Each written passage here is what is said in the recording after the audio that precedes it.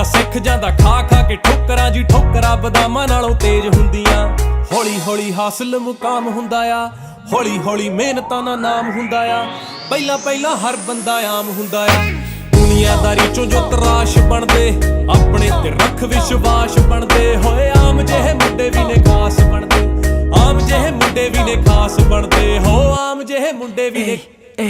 इब्राम नहीं है छोरे, बदनाम थे जो छोरे, बड़ा नाम हो गए छोरे, गुमनाम थे जो छोरे, नाकाम थे जो छोरे, बड़े काम करे छोरे, ना आराम करे छोरे हम।